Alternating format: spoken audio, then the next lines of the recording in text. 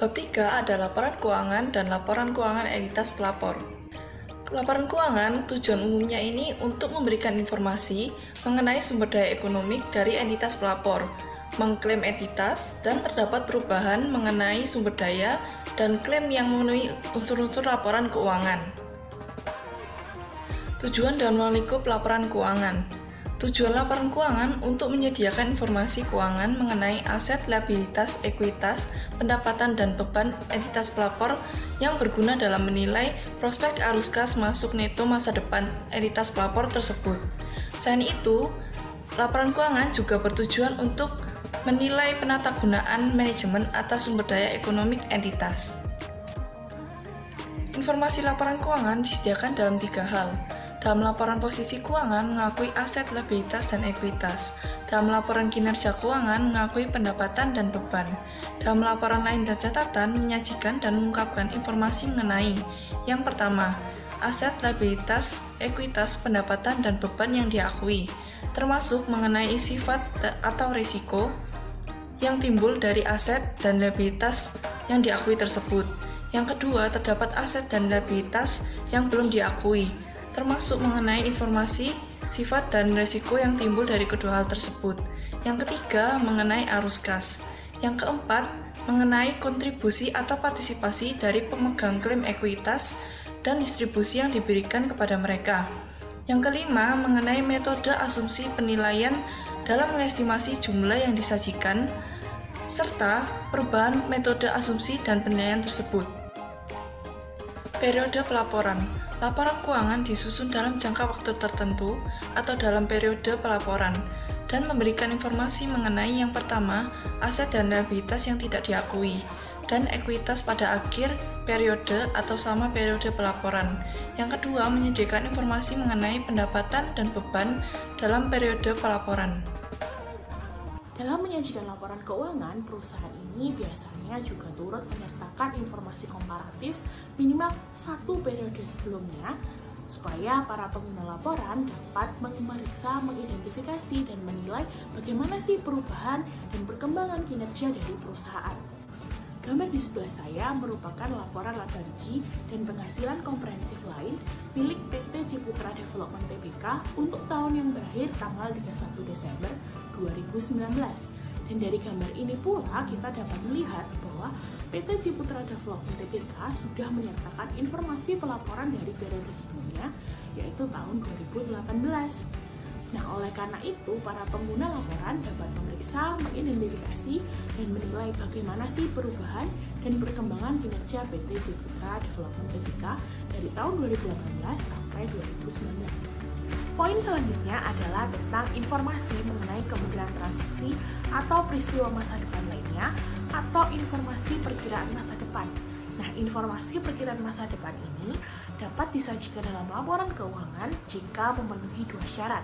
Yang pertama adalah berkaitan dengan aset atau liabilitas atau ekuitas entitas yang pada akhir atau selama periode pelaporan, atau penghasilan dan beban untuk periode pelaporan. Dan yang kedua adalah informasi tersebut harus berguna bagi pengguna laporan keuangan. Contohnya, jika aset atau liabilitas diukur dengan menggunakan estimasi arus kas masa depan, maka informasi tentang estimasi arus kas masa depan ini dapat membantu pengguna laporan keuangan memahami ukuran yang dilaporkan. Sedangkan perkiraan masa depan lainnya, misalnya seperti materi penjelas tentang ekspektasi dan strategi manajemen atas entitas pelapor, biasanya tidak disajikan dalam laporan keuangan. Poin selanjutnya adalah terkait dengan transaksi atau peristiwa yang terjadi setelah akhir masa pelaporan. Nah, peristiwa-peristiwa atau transaksi ini boleh disajikan dalam laporan keuangan jika memenuhi tujuan dari laporan keuangan. Selanjutnya, kami akan membahas mengenai perspektif apa yang digunakan dalam menyusun laporan keuangan. Nah, laporan keuangan itu memberikan informasi mengenai transaksi dan peristiwa yang dilihat dari perspektif entitas pelapor secara keseluruhan. Jadi bukan berdasarkan kelompok tertentu, investor saat ini, investor potensial, pemberi pinjaman, atau kreditor lainnya. Poin selanjutnya yaitu asumsi kelangsungan usaha. Dalam menyusun laporan keuangan, biasanya menggunakan asumsi kelangsungan usaha entitas pelapor, di mana diasumsikan bahwa entitas pelapor akan melanjutkan usahanya di masa depan. Ia tidak memiliki keinginan untuk likuidasi ataupun menghentikan perdagangannya. Namun, jika keinginan itu timbul, maka laporan keuangan harus disusun dengan dasar yang berbeda. Dasar tersebut harus dijelaskan pada laporan keuangannya. Nah, dari tadi kita sudah menyebutkan entitas pelapor. Nah, entitas pelapor itu apa sih? Entitas pelapor itu merupakan entitas yang disyaratkan atau memilih untuk menyusun laporan keuangan. Nah, entitas pelapor itu dapat berupa entitas tunggal atau lebih dari satu entitas atau sebagian dari satu entitas. Nah, entitas pelapor itu tidak terkadang satu entitas itu dapat mengendalikan entitas lainnya. Nah, yang mana entitas yang mengendalikan itu kita sebut sebagai entitas induk, dan yang dikendalikan itu kita sebut sebagai entitas anak. Jika demikian, entitas pelapor terdiri dari entitas induk dan entitas anak, maka laporan keuangan entitas pelapor kita sebut sebagai laporan keuangan konsolidasian.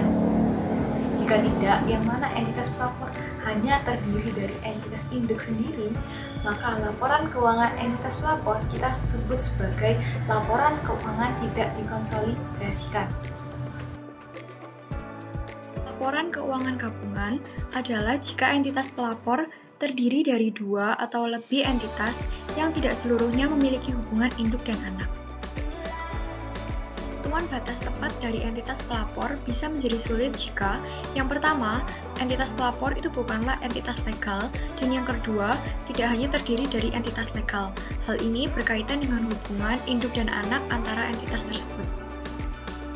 Tentuan batas entitas pelapor didukung oleh kebutuhan informasi mengenai laporan keuangan entitas pelapor tersebut.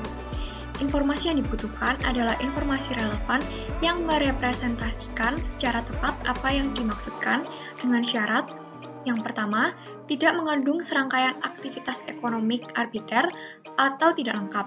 Yang kedua, mencakup serangkaian aktivitas ekonomik dalam batas entitas pelapor yang menghasilkan informasi netral. Dan yang ketiga, deskripsi yang diberikan mengenai bagaimana batas entitas pelapor ditentukan dan apa yang merupakan entitas pelapor. Bagian yang selanjutnya adalah mengenai laporan keuangan konsolidasian dan tidak konsolidasikan. Laporan keuangan konsolidasian memberikan informasi mengenai aset, liabilitas, ekuitas, penghasilan, dan beban entitas induk dan entitas anak. Informasi tersebut berguna bagi investor potensial dan saat ini, pemberi pinjaman, serta kreditor lain dari entitas induk dalam menilai prospek arus kas masuk neto masa depan. Hal ini dikarenakan arus kas masuk neto mencakup distribusi kepada entitas induk dari entitas anaknya yang bergantung pada arus kas masuk neto ke entitas anak. Laporan keuangan konsolidasian tidak dirancang untuk memberikan informasi terpisah mengenai aset, liabilitas, ekuitas, penghasilan, dan beban dari entitas anak, melainkan dirancang untuk memberikan informasi tersebut. Laporan keuangan yang tidak dikonsolidasikan dirancang untuk memberikan informasi tentang aset, liabilitas, ekuitas, penghasilan, dan beban dari entitas induk. Informasi ini akan berguna bagi investor potensial dan saat ini, pemberi pinjaman, serta kreditor lainnya dari entitas induk, karena klaim atas induk biasanya tidak memberikan pemegang klaim atas entitas anak. Dan beberapa yurisdiksi, jumlah yang didistribusikan secara sah kepada pemegang klaim ekuitas entitas induk bergantung pada cadangan yang dapat didistribusikan.